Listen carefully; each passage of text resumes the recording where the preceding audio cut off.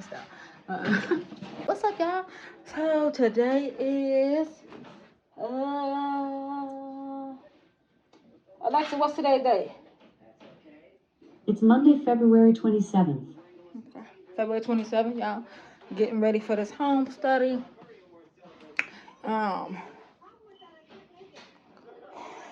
The caseworker is supposed to come at 1 o'clock. It's now 12:35. Y'all know I got my house clean all the time anyways. But I had to make sure that I put up my my chemicals where they're supposed to go. So when you're doing foster care, you have to make sure that your chemicals, your cleaning supplies are up high. So I have them in a cabinet. It doesn't have a door on it, but it's a little pantry cabinet. So I had to put that up, and then went through the house to make sure that I had all the sockets covered. That also make sure that I had my emergency contact on the wall. What else?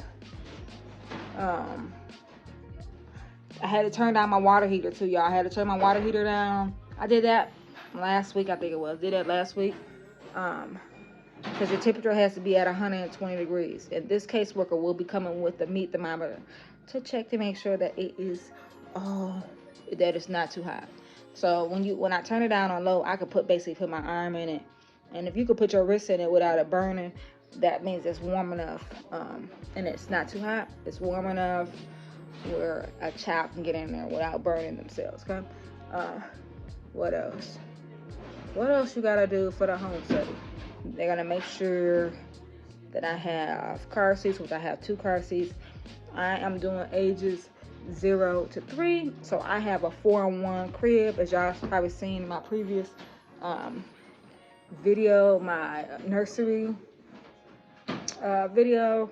It's a 4-in-1, so I can just take the rails down for Tyler. I can change it into full-size bed, I believe, or a twin-size bed, either or.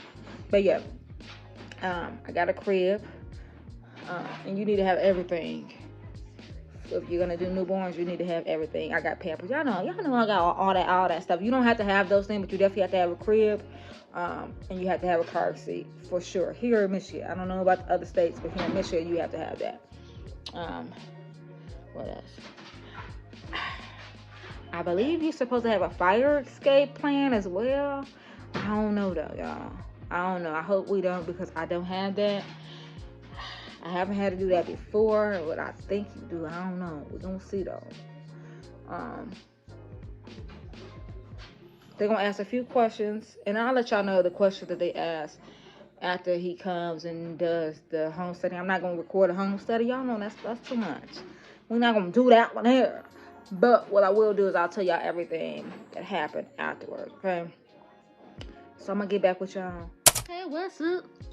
What's up, y'all? So I'm back and I'm better. Back and I'm better. No, I just play.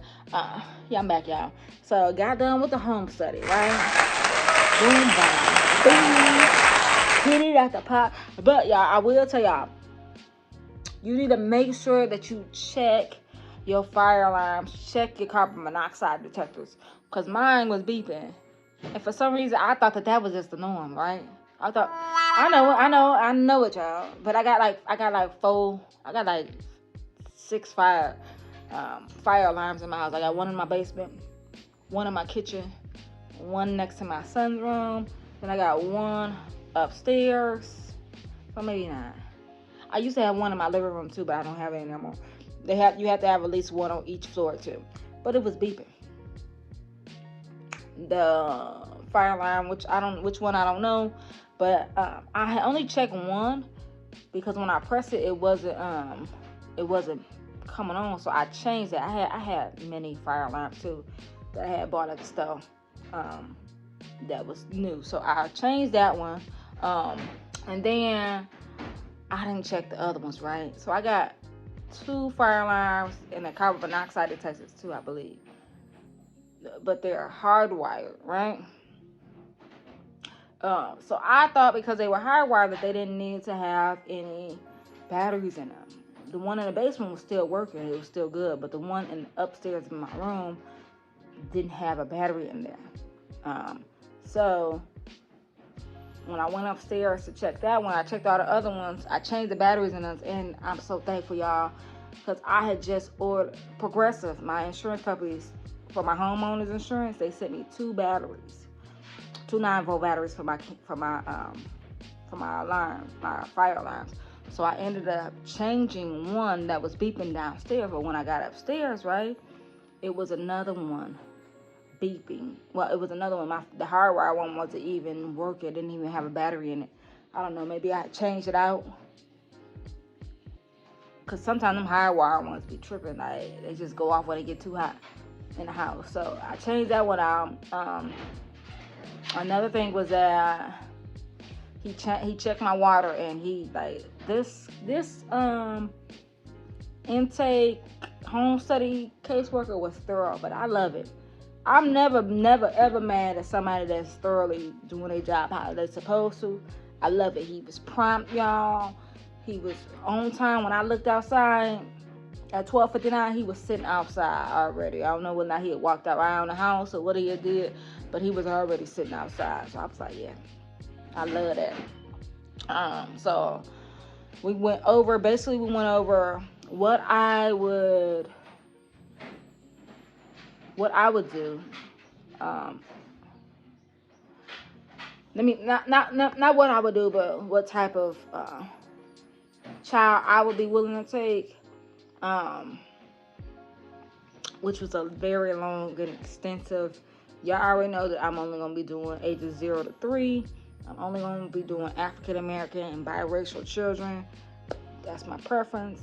And at this point, I'll only be doing little girls just because of the room and how it's set up. Eventually, I will be doing little boys too. I may go up on my age group as well. But for right now, it'll just be little girls. I will not be doing respite. I'm not doing respite. And I got food on my mouth too, y'all. Sorry. I will not be doing medically fragile children. There's a few I won't be doing, just because I know I'm not equipped for it. Yeah. Don't take on things that y'all know y'all can't handle just because you want to hurry on, start getting placements, because you're gonna put more on you. And with this foster care, like, it's not the children, but you got to go through the whole entire system. It's not just you and the child, or you, the child, the parents. It's a whole big team. So you got to take that into effect. Court, work, all that, your life as well. Like you got to take that into account. So don't be too eager to be saying, yeah, I'll take any child, I'll take any. Really think it through, okay? So we went through all that, and he basically asked me questions, about how my parenting skills was, and why I would take certain attributes or parenting skills from each parent, and I told him why. And he then went into the room and did an interview with my son, and he had asked me, how I had some counseling before, and so, we went through all of that, but on the up and up, everything else is good. So he said, come next week, I probably won't be dealing with him any longer, because he'll put in his final report to his supervisor, and then I'll be then dealing with the intake caseworker. So that'll be the caseworker. I have a new caseworker that will be doing the placements basically. But the system that they have is really, really nice. Like, how they do it when they do placements is they look at the database that they have, and then they place kids with those things that the household has checked out to figure out, which child, if that placement would be good for that child. I did also say though, y'all, like, if there was a sibling set, I would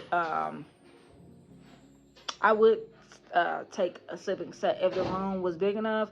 So say if it, I said I would do 0 to 3. So like it was like a 6-month-old baby and maybe like a 3-year-old, I would, which what I'm going to do is, because I feel like that room that I have would be big enough for, 2 kids, but I would have to move that dresser. That's all I gotta do is move that dresser out, which is I don't know. I don't know how to rethink that. While I'm sitting up here talking to y'all, I may have to rethink that one there. Cause yeah, that's I don't know if I'll be able to do that. I may only be able to do one child until my son is, moving out or what he's gonna doing, because he plans on going to college. So he definitely plans on hopefully, moving maybe next fall. Well, this fall, because this is February, but this fall he'll be, moving into the dorms or moving on campus, because that's what he wants to do too, is move on to campus. So once he moves, then I will definitely have another room. I'll be able to have a couple more kids in there, because his room is much bigger than that nursery. But yeah, it was really, he was thorough, y'all. He was here for about a good hour and 15 minutes. The other caseworkers I've dealt with, they boom, boom, boom. You hear me? They come in, look at they look at the car seat, the bed, test the water, and then they go about their business. You hear me? That's what they do. Not him. He said, I'm gonna walk through it. He wanted, he take it into account, all the windows, everything that I have. They asked basically, because I was a phlebotomist, y'all, for like 4 years. I was a phlebotomist for like 4 years when I worked at Biomed. So because I do have that training, I am able to like administer medications with, needles and things of that sort. So they put that on my my form as well too. So I'm excited, y'all. I'm so excited. And I told him, I just thank him because he is very thorough, and I appreciate that, y'all. That's one of my pet peeves, y'all. Is if a person says, especially when it comes to professionalism,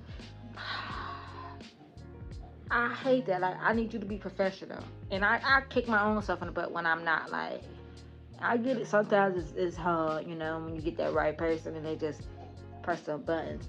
But for the most part, I like people to be professional. Like, if you say you're gonna call me at 1 o'clock, I'm expecting you to call me at 1 o'clock, because I'm gonna be waiting at the phone at 1 o'clock. And that's what he did. He came.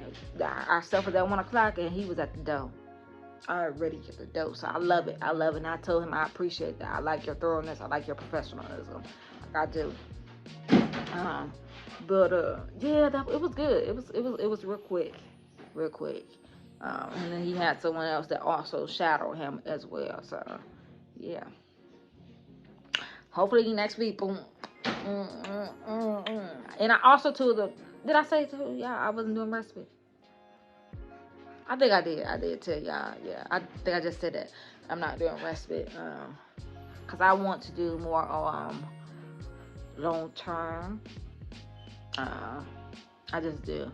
I can't do respite because that's too much of, unexpected, and, kids only being here for a weekend, that I can't plan around, respite. I can't. I'd rather for it to, have a long-term placement and, go from there. Cause at least it's a little bit more, you can prepare a little bit better for that one, right? But your girl happy. I'm eager. I'm happy. I can't wait. It's been a long journey. And here we are. So, I just want to let y'all know what's going on. Where we at with this process. We almost done. You hear me?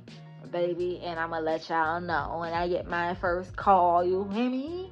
Cause we've been riding this wave together for a long. We've been riding this roller coaster for a long time, and we gon' we at the beginning stages, y'all. We at the beginning stages. So I just want to let y'all know your girl did her home study, and I'm gonna wait till next week to get my new caseworker because I already know everything is good. You hear me? And yeah, y'all. I'm gonna talk to y'all later. Thanks for watching. Bye.